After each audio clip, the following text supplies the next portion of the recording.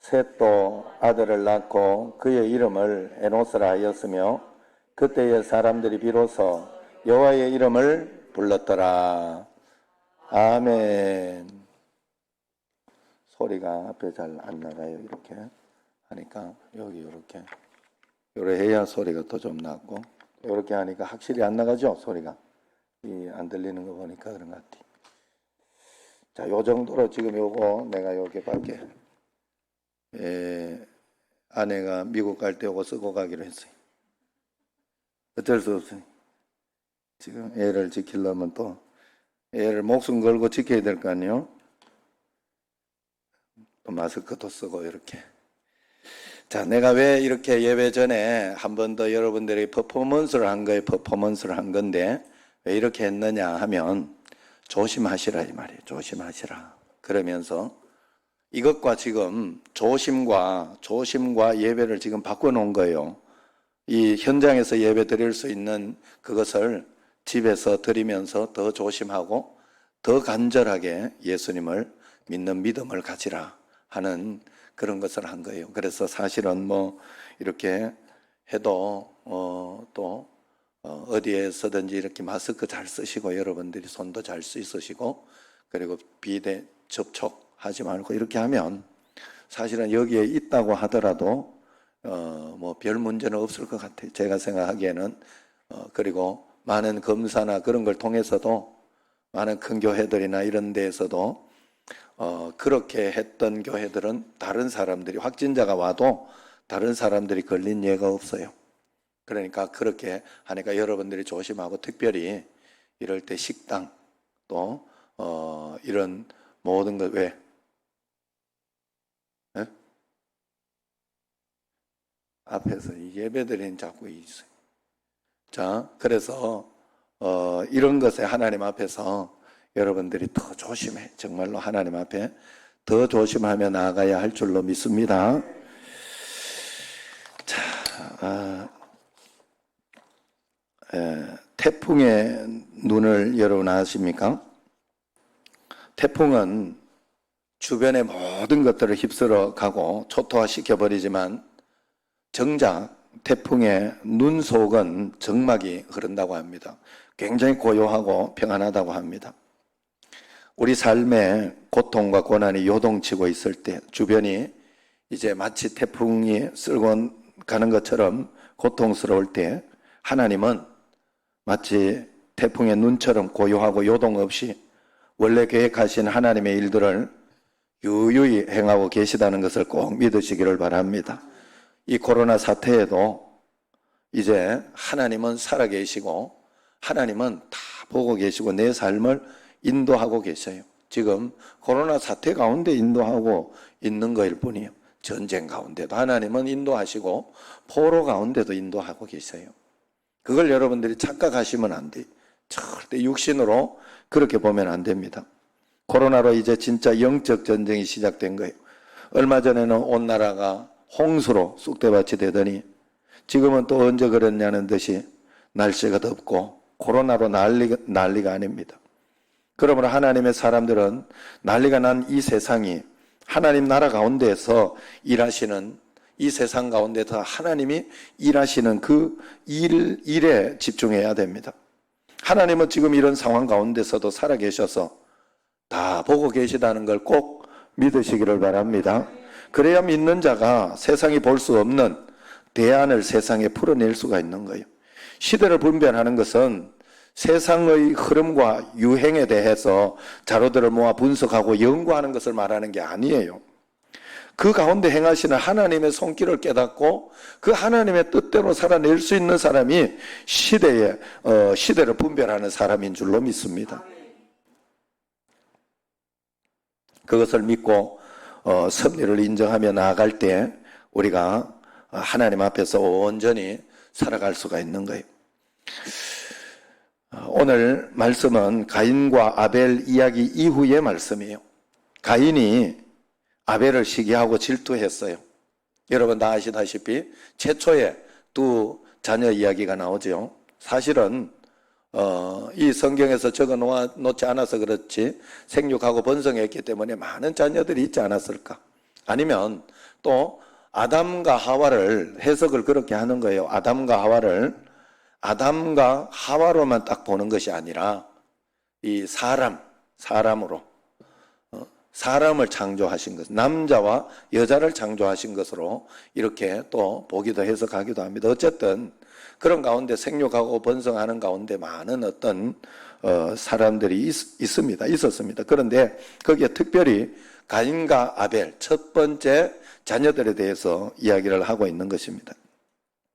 거기에서 이제 가인이 아벨을 죽이면서 최초로 이 일들에 있어서 악이 선을 이겨버리는, 그래서 선은 희망이 없는, 선한 싸움을 하던 사람, 하나님의 편에서 일하던 사람은 희망이 없는 어떤 그런 일이 생겨버린 거예요. 그래서 그런 상황 속에서 하나님은 어떻게 인도하시는가를 오늘 말씀 가운데서 우리에게 잘 인도해주고 있다, 말씀 가운데 이야기하고 계시다 하는 거예요. 오늘 선이 실패한 것처럼 그렇게 보였을 때 하나님의 대안은 무엇인가? 하나님의 대안이 바로 오늘 셋이었어요. 셋. 하나님은 아벨의 죽음을 통해서 그 다음 자손을 또 주셨어요. 그 아들이 바로 셋이라는 아들입니다. 셋이라는 이름의 의미는 채워 넣다, 빈자리를 채우다 하는 그런 뜻이에요. 하나님은 아벨 대신에 채울 사람을 세우셨어요. 여러분, 제가 여러분들에게 늘 이야기하던 게 뭔 이야기예요? 정신제일교회 나와서도 잘합니다. 하나님은 다른 사람 세워서 또 잘해요. 나 세워줄 때 내가 하나님 앞에 정말 하나님 말씀대로 잘해보려고 애쓰는 게 그게 다예요. 별거 없어요, 여러분. 모든 교회의 일은 하나님이 하셔요, 하나님이. 아무리 망할 것 같고 아무리 그렇게 하더라도 하나님이 세우시려면 세우시는 거예요. 그래서 그 자리에서 내가 그 사명을 깨닫고, 내가 하나님 앞에서 내가 그 자리에서 내가 일해야 되겠다. 내가 하나님께 쓰임을 받아야 되겠다. 이 시대에 이 교회에서 이 자리에서 내가 그 쓰임을 받아야 되겠다 하는 그 마음을 가지고 전심으로 주님 앞에 서 있어요. 하나님은 아벨 대신에 셋이라는 또 다른 자녀를 주셨어요. 빈자리를 채웠던 셋은 어땠을까? 이제 셋으로 하나님이 끝낸 게 아니에요. 하나님이 인도하심을 봐야 돼요. 셋을 통해 가지고 그 다음에 이렇게 생각해 볼 수 있어요. 셋이 태어나서 105세에 에노스를 낳아요. 에노스를 낳을 때까지 살면서 무슨 이야기를 들었겠어요? 부모인 아담과 하와가 동산에서 나는 선악과 먹어 쫓겨났다 하는 그 이야기였을 것이고, 또 그러면서 이게 자식을 둘을 낳았는데 한 명은 죽고 한 명은 또 하나님을 떠나서 지금 자기 마음대로 그렇게 살고 있다. 가인은 이게 막 그렇게 살고 있다. 그 얘기를 들었어요. 철이 이제 이렇게 들 무렵이 돼가지고, 야, 이 집안이 이게 한마디로 이거 전문용어로 콩가루 집안이구나, 이런 생각을 하게 됐을 거다 이 말이에요. 그래서 그런지 셋은 그 다음에 아들을 낳고 난 뒤에 그 아들의 이름을 오늘 말씀에 나오잖아요. 에노스라고 한 거예요. 에노스. 이 히브리어로 에노스는 아나시라는 그런 이름이 뜻이 형편없는, 깨지기 쉬운, 부서지기 쉬운 그런 뜻이에요. 아무리 봐도 인간에게는 소망이 없다는 사실을 철저하게 깨달은 거예요. 인간 스스로의 힘으로는 아무 능력이 없다는 것을 깨달은 거예요. 얼마나 연약한 존재인지 알아서 자녀의 이름을 에노스다. 우리는 에노스다. 에노스. 우리는 깨지기 쉽다. 우리는 넘어지기 쉽다. 우리는 언제나 실패하기 쉽다. 그래서 그 자녀, 그것을 알고 연약한 존재라는 걸 고백하고 자녀의 이름을 에노스라 불렀을 때 비로소 그 후손들을 통해서 유일한 대안 되시는 여호와의 이름이 불리기 시작했다라는 게 오늘 말씀이잖아요. 거기 보세요. 같이 한번 다시 읽어봅시다. 셋도 아들을 낳고 그의 이름을 에노스라 하였으며 그때에 사람들이 뭐라고요? 비로소 여호와의 이름을 불렀더라. 자기 자신의 내 힘으로 안 되는구나. 세상은 내 능력으로 하는 것이 아니구나. 정말로 이 땅에서 그걸 깨달았을 때 그때야 우리는 하나님의 이름을 부를 수 있게 되었다 하는 거예요. 그걸 이 자녀들을 통해 가지고 하나님은 성경을 통해서 이렇게 우리에게 이야기해 주고 있다 하는 거예요. 가인과 그 후손들이 자신들의 문제를 스스로 해결하겠다고 발버둥 치면서 죄악으로 치달았지요. 그때 셋의 후손들도 자신들의 연약함을 고백하면서 여호와의 이름을 계속해서 부르며 살았다는 것입니다. 지금도 그렇습니다, 여러분. 우리가 가인의 세대가 자신의 힘으로 뺏고 뺏기는 가운데 더 많은 것을 소유하고 쟁취하기 위해서 몸부림치는 그 약육강식의 세상 가운데 우리가 살고 있어요. 우리에 대한 이런 가인을 힘으로 누를 수 있는 더 강한 가인을 만드는 것이 아니라 여호와의 이름을 부르는 세대를 일으키는 것이 필요하다. 여러분, 이거 안 된다고 사실은 막 차별금지법 안 된다고 막 강압하고 그런다고 되는 게 아니에요. 여러분, 사실은 이번에 막 계속해서 막 들춰지는 게 뭐 교회 목사가 뭐 더 이렇게 99.9%인데도 막 이게 동정녀에서 났다 뭐 이러고 그러고 있잖아. 그러고 얼굴을 하늘을 가리지 뭐 모르겠다.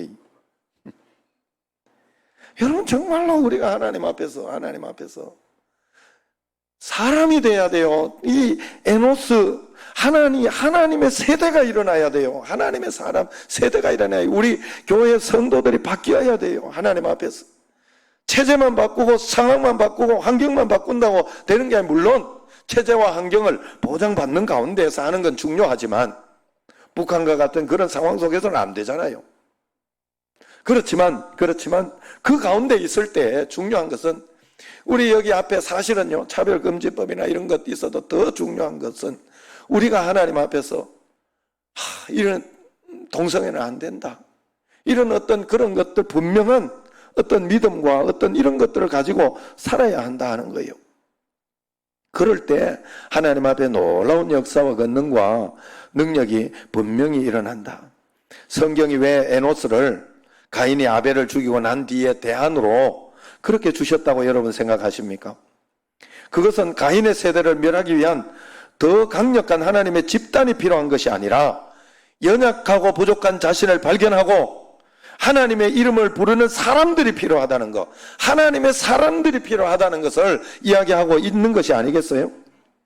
안타깝게도 수많은 믿는 자들 가운데 더 강력한 가인을 만들어서 가인의 세대들의 코를 납작하게 해줘야 된다고 하는 논리가 여전히 있습니다. 그러나 성경의 접근은 오히려 그 반대예요. 연약한 자신의 모습을 인정하며 여호와여 도와주세요, 주님만이 우리의 대안이십니다라고 부르짖는 자들을 일으키는 것이 성경의 대안이라 이야기하는 것입니다. 닫힌 하늘을 열어낼 수 있는 자, 하나님의 은혜와 긍휼을 가인의 땅에 풀어낼 수 있는 자가 필요하다 하는 거예요. 만약 가인의 세대 가운데 더 강한 가인이 되고자 한다면 결과는 뻔하지요. 우리는 가인보다 더 큰 괴물이 될 것입니다. 마치 기독교가 2000년 역사 가운데 로마 가톨릭 교회, 또 십자군 운동처럼 종교라는 탈을 쓴 채 교권을 의지해서 강력한 부와 힘을 행사한 것처럼 우리가 강한 가인이 되고자 하면 이 땅에서 가장 부끄러운 어떤 그런 모습이 될 것이다 하는 거예요. 오히려 저는 이렇게 보면서 하나님 앞에 뱀처럼 지혜롭고 비둘기처럼 순결하라. 이번에 김종인 대표가 5.18 묘역에 가서 그렇게 한 것은 굉장히 지혜롭게 잘했다고 생각해요. 그게 뭐 어려워요? 정말로 우리가 그러면 안 되는 거예요. 여러분, 그래서 내가 이렇게 폴란드 그때 갔을 때 그랬어요. 폴란드, 거기에 가면 아우슈비츠, 맞나? 아우슈비츠 갔나 우리? 어딜 거기가 아우슈비츠가 이 유태인 학살의 최고잖아요. 그리고 거기에 유태인만 저거 한 게 아니라 굉장히 이 폴란드의 어떤 그 폴란드의 유태인들, 폴란드인들도 굉장히 많이 또 그렇게 한 거예요. 거기 가가지고 50년 전에, 지금부터 50년 전에 독일 총리가 가서 무릎 꿇고 사죄를 한 거예요. 거기서. 김종인 모습이 그 모습처럼 보인다. 오늘 그렇게 이야기. 그러면 누군가는 이렇게 이야기를 하고 그렇게 하자. 우리가 주님 앞에 하나님의 세대가 일어나야 된다 이야기할 때, 그러면 우리는 허구한 날 맞고 당하고 약하고 부족해서 매일 울며 도와달라고 매달리며 힘없는 그런 존재여야 합니까?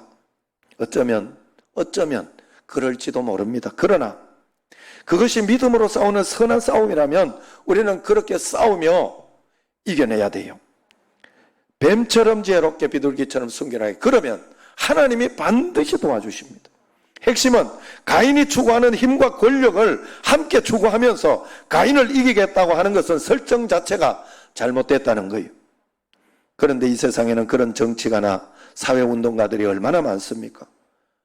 그 결과는 더 폭력적이고 나쁜 힘과 권력을 휘두르는 자들이 되어버린다는 것이 아닙니까? 이게 죄의 힘이에요. 여러분, 정치권에서 이번에 그런 거 아니에요. 전부 여자들, 약자들 대변하면서 그럴듯하게 그렇게 보였잖아요. 그렇게 높은 자리에 올려가고 그렇게 보이면서 인권을 이야기했던 분들이 오히려 자신은 보이지 않는 곳에서 그것을 참지 못하고 이겨내지 못하고 그렇게 갔다 하는 거예요. 이게 현실이에요. 조국 같은 분도 최소한 자녀나 가정은 그렇게 해서는 안 돼요. 왜냐하면 그걸 강조하는 사람들이니까. 오히려 그것을 강조 안 하고 권력이나 이런 것들에 대해서 그렇게 안 하면 오히려 좀 덜 미안하지, 덜.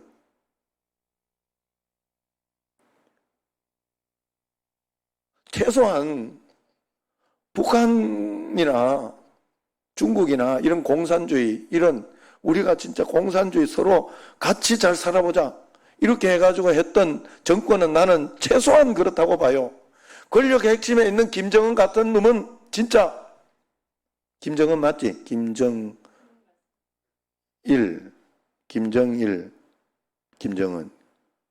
제일 처음이 뭐지? 아, 김일성이었구나. 최소한 노동자들을 그랬으면 자기가 최소한 좀 부유하게 이렇게 하는 건 하더라도 그런 식으로 살면 안 돼. 최소한 자기 기쁨조를 놔두면서 뭐를 타고 다니면서 그러면 안 되지. 노동자를 위한다면서 어떻게 그렇게 나쁜 놈들이 있어요? 그건 아니지. 여러분, 정말로 그래서는 안 돼요. 그게 악의 진짜의 모습이에요. 악의 진짜 모습. 여러분, 우리는 그렇게 하면 안 됩니다. 그러나 우리도 마찬가지요. 우리도 세상의 권력과 세상의 어떤 그런 것들을 가지고 그렇게 살아가려고 하고 그것으로 이겨내려고 하면 왜냐하면 그걸로 무조건 폭력으로 어떤 그런 것으로 눌러야 하고 이겨야 하기 때문에 그렇게 할 수밖에 없어요. 그런 모습이 되어서는 안 돼요. 우리는 하나님을 인식하고 하나님 앞에서, 언제나 하나님 앞에서 두렵고 떨리는 마음을 가지고 주님 앞에서 그렇게 우리가 하나님 앞에 가야 돼요. 목표 설정 자체가 높은 자리, 힘과 권력의 자리, 인정받는 최고의 자리가 아니라 예수 그리스도의 가르침을 따라 낮은 자리, 섬기는 자리, 희생하고 양보하는 삶의 가치를 따라야 된다 하는 거예요. 그럴 때 주님은 때때로 필요하다면 그렇게 낮아지고 희생하고 섬기고자 하는 자들을 높은 자리에 올려주실 수도 있습니다. 그러면 그 사람들은 자체가 그렇게 살지는 않는다는 거예요. 왜냐하면 이미 낮아지고 희생하고 섬기고 권력과 힘을 발휘하는 자리에 있어도 그렇게 살지 않을 사람들이기 때문에 안전할 수 있다는 거예요. 오히려 그런 사람들을 통해 가지고 여러분, 정말 하나님 앞에서 내게 어떤 것을 주셔도 내가 교만하지 않고 정말 겸손하게 하나님 앞에 없는 가운데서도 가부의 2랩 돈으로 헌금하면 주님 앞에 이렇게 나아가며 그렇게 선교하고 전도하고 그런 사람에게 하나님이 인도해 주시면 그 사람들이 그걸 가지고 얼마나 더 많은 좋은 일에 쓰겠어요. 성경은 안 틀리다고 봐요. 저는 성경에서 1달란트 받아서 이렇게 가지고 있던 그 사람의 것을 뺏어서 10달란트 중 이게 너 틀린 게 아니냐라고 생각했어요. 처음에. 저기 10달란트나 있는데 왜 그래? 왜 그랬을까? 왜 그럴까요? 나중에 알았어요. 10달란트를 잘 쓰는 사람은 더 잘 써요. 그 1달란트를 받아가 좋은 데 써요. 1달란트는 받은 사람은 원래 못 쓰는 사람이기 때문에 그 1달란트를 더 좀 공평하게 해놔도 나쁘겠어요. 그 사람. 그렇더라고. 잘나는 사람이 더 잘해요. 여러분, 우리가 하나님 앞에서 애당초 믿는 자들이 추구하는 가치와 목적이 힘이나 권력, 그것과 상관없이 나누고 베풀고 양보하는 데 있다면 우리가 살아가는 가치 자체가 다른 거예요. 가치 자체가. 여러분, 그래야 됩니다. 다니엘을 한번 보세요. 다니엘이 높은 자리에 오르고자 하는 노력, 실력, 능력을 인정받아서 내가 높은 자리에 가야 되겠다 해서 높은 자리에 올라갔습니까? 아니잖아요. 다니엘은 뜻을 정하여 여호와를 온전히 섬기며 진리를 따라서 살아내고자 했던 것 뿐이잖아요. 그래서 자기가 그 높은 자리에 올라가는 기회가 있었을 때에도 하나님의 말씀대로 내가 이렇게 기도하지 못하고 왕의 진미를 나는 먹지 않겠다, 단호히 거부했잖아요. 다니엘이.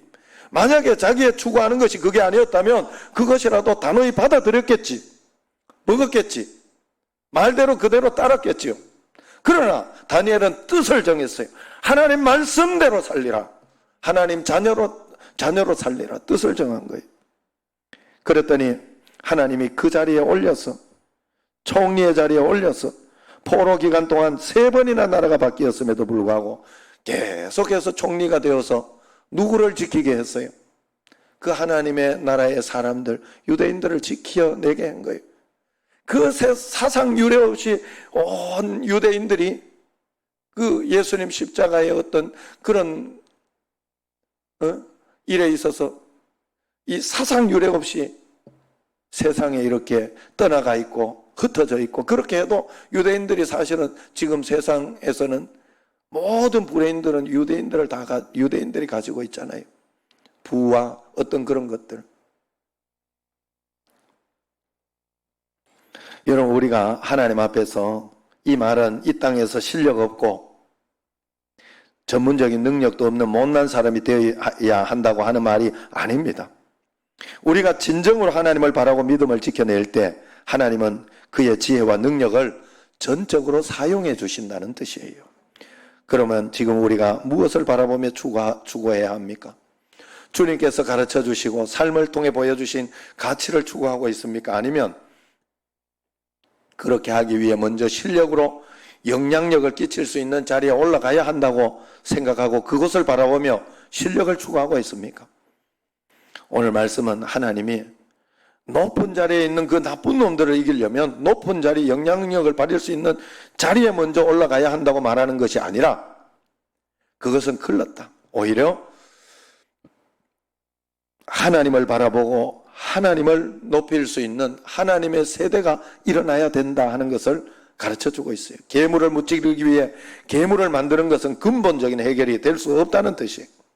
반대 정신, 세상이 추구하는 것과 반대로 살아갈 때 세상을 변화시킬 수 있습니다. 그래서 주님은 가난한 목수의 아들로 이 땅에 오셨지요.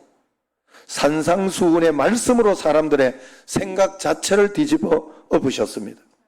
산상수훈은 영적으로 너무 심오해서 사람들이 어려워 알지 못하는 것이 아닙니다.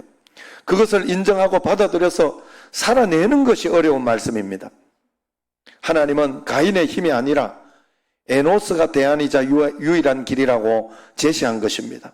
이 에노스를 통해서 하나님의 심판이, 무서운 하나님의 심판이 놀라운 하나님의 구원과 새로운 시작의 사건으로 바뀐 것이에요.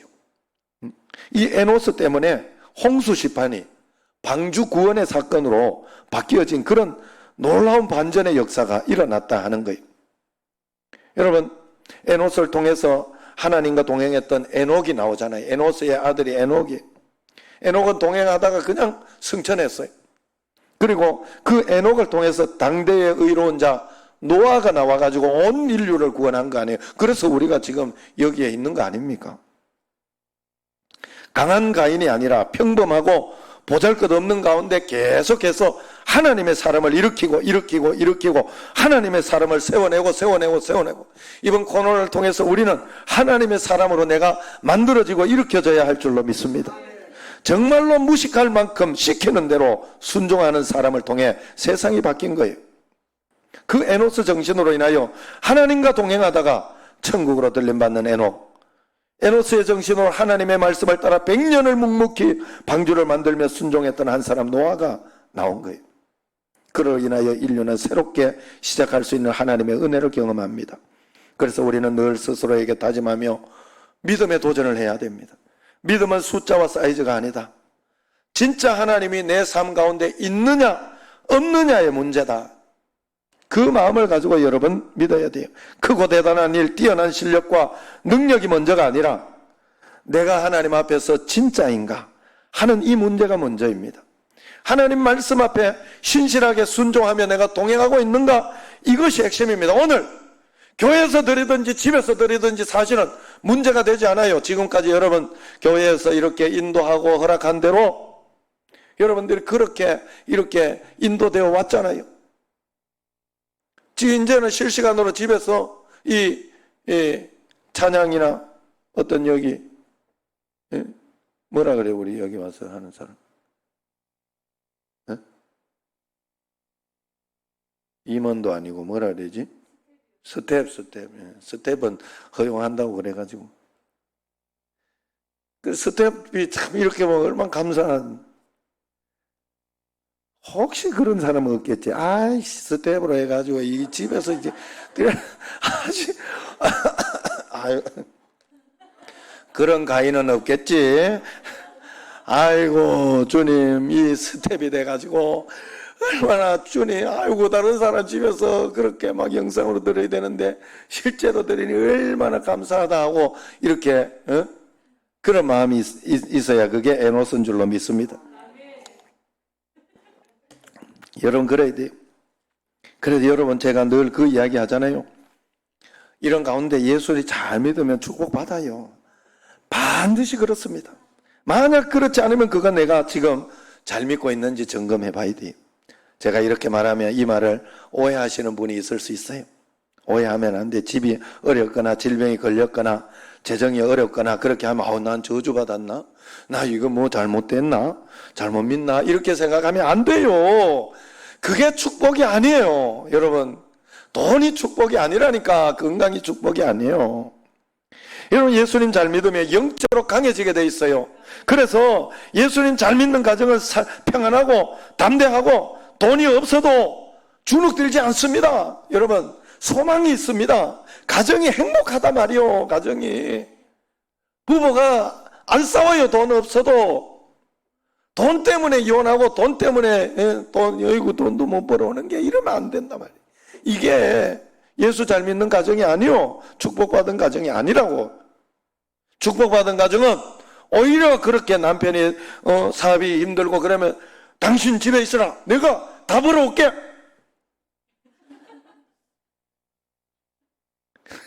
그 마음을 가지고 있으면 하나님이 그렇게 하지도 않아요. 여러분, 어쨌든 그런 집안이다며, 그런 집안이 된다 이 말이에요. 그게 축복이에요. 진짜 축복. 맨날 싸우던 집이 하하호호 웃는다면 믿음의 축복을 받은 겁니다.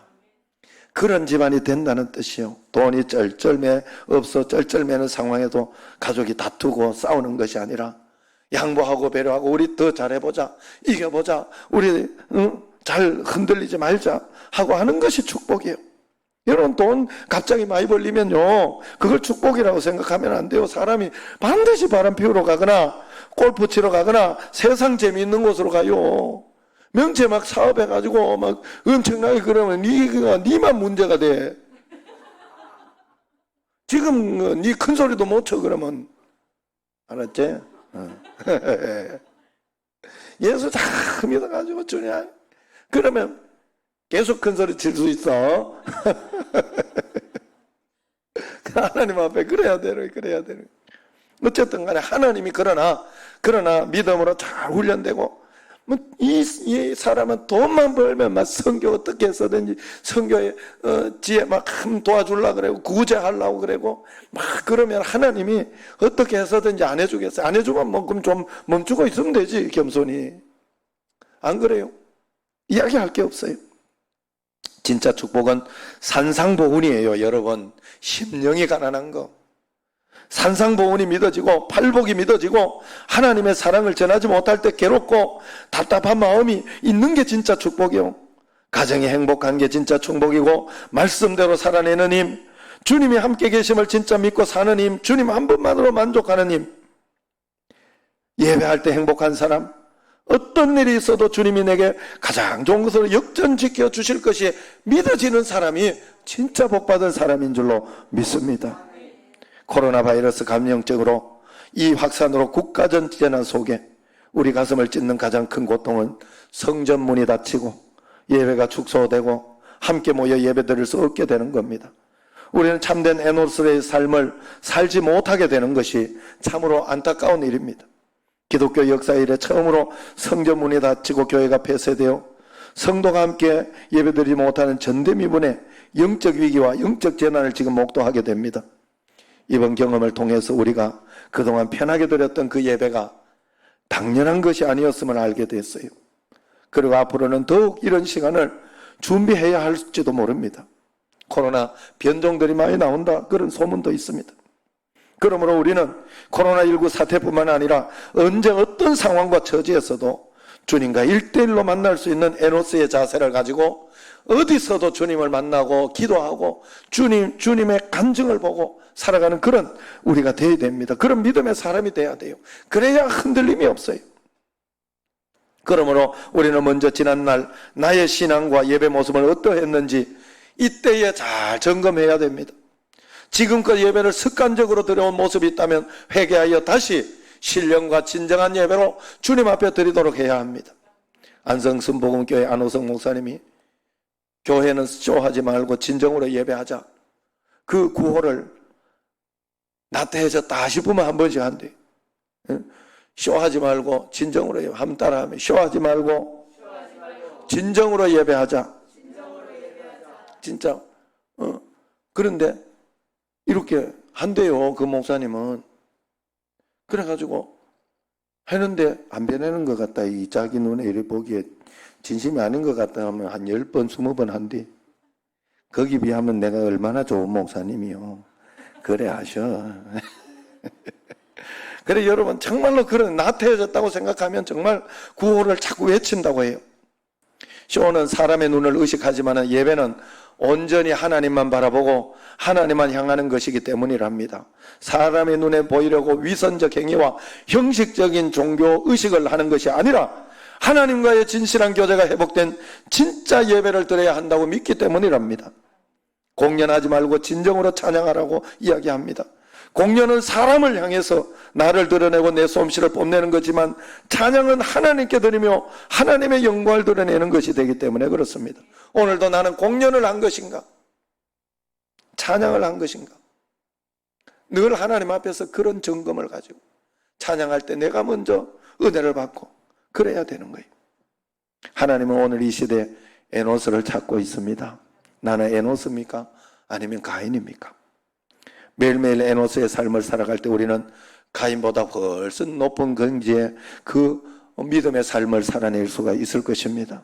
매일매일 에노스의 삶을 살아가며 주님 도움 없이 나는 살 수 없습니다. 하나님, 코로나 때에도 주님 도움이 필요하지만 다른 때에도 언제나 주님 도움이 필요합니다.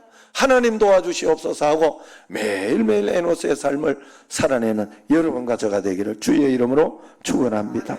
기도하겠습니다.